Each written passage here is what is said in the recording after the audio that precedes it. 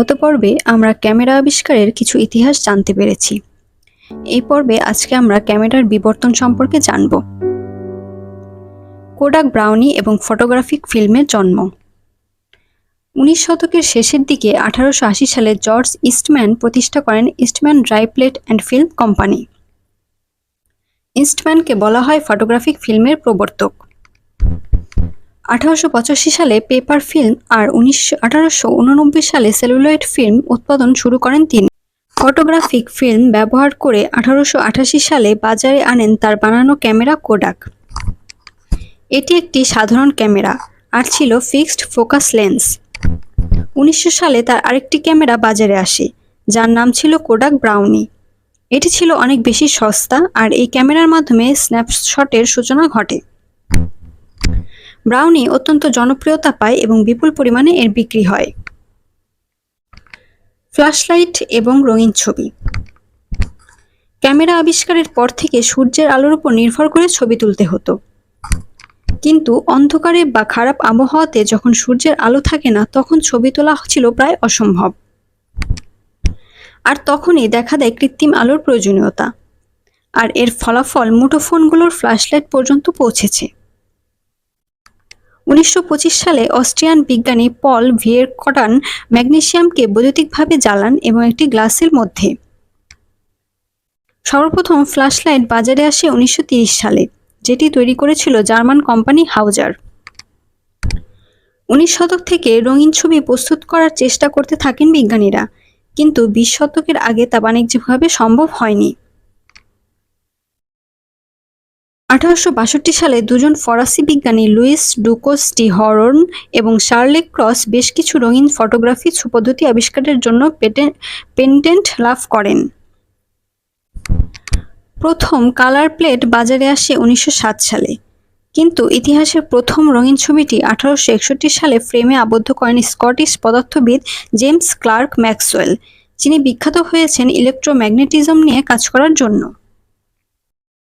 Digital SLR এবং মুঠোফোন camera. Digital ক্যামেরার গুরুত্ব নতুন করে কিছু বলার নেই। ডিজিটাল ক্যামেরা আসার আগ পর্যন্ত ফটোগ্রাফির শখ ছিল বিলাসিতার মতো ব্যাপার, কিন্তু ডিজিটাল ক্যামেরা আসার পর খুলে গেল অনেকের দ্বার। এখনকার ফটোগ্রাফির প্রাণ হলো ডিজিটাল এলএসআর। 1969 সালে বেল ল্যাবরেটরিতে জর্জ স্মিথ এবং উইলিয়াম বয়েল চার্লস কপোলড ডিভাইস আবিষ্কার করেন, যা ডিজিটাল ক্যামেরার ভিত্তি হয়ে দাঁড়ায়। এই যন্ত্রটি মূলত একটি সমন্বিত বর্তনীর মতো কাজ করে, যা একটি সিলিকনের তৈরি পৃষ্ঠের ওপর বসানো থাকে,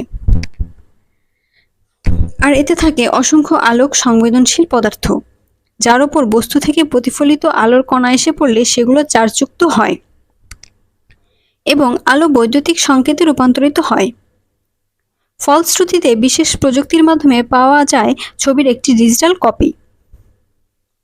এখানে ছবি সংরক্ষণের জন্য দরকার হয় না কোনো ফিল্ম বা নেগেটিভের। তার বদলে ব্যবহার করা হয় মেমোরি কার্ড, যা এই যুগে মানুষের তথ্য সংরক্ষণের নিত্যদিনের সঙ্গী। 1975 সালে কোডাক কোম্পানির ইঞ্জিনিয়ার স্টিভ স্যাজন প্রথম ডিজিটাল ক্যামেরা তৈরি করেন। 8 পাউন্ড ভরের ওই ক্যামেরাটিতে 0.01 মেগাপিক্সেল ব্যবহার করে সাদা কালো ছবি উঠানো যেত এবং সেটি একটি ক্যাসেট টেপে রেকর্ড করা হতো। একটি ছবি তুলতে সময় নিত 23 সেকেন্ড, যদিও কোডাক এটিকে বাজারে আনতে দেননি। 1986 সালে কোডাক প্রথম মেগাপিক্সেল সেন্সর আবিষ্কার করেন, আর 1988 সালে ফুজি তাদের প্রথম জেনারেশনের ডিজিটাল ক্যামেরা DS-1P প্রস্তুত করেন, কিন্তু এটিও বাজারে আনেননি তারা।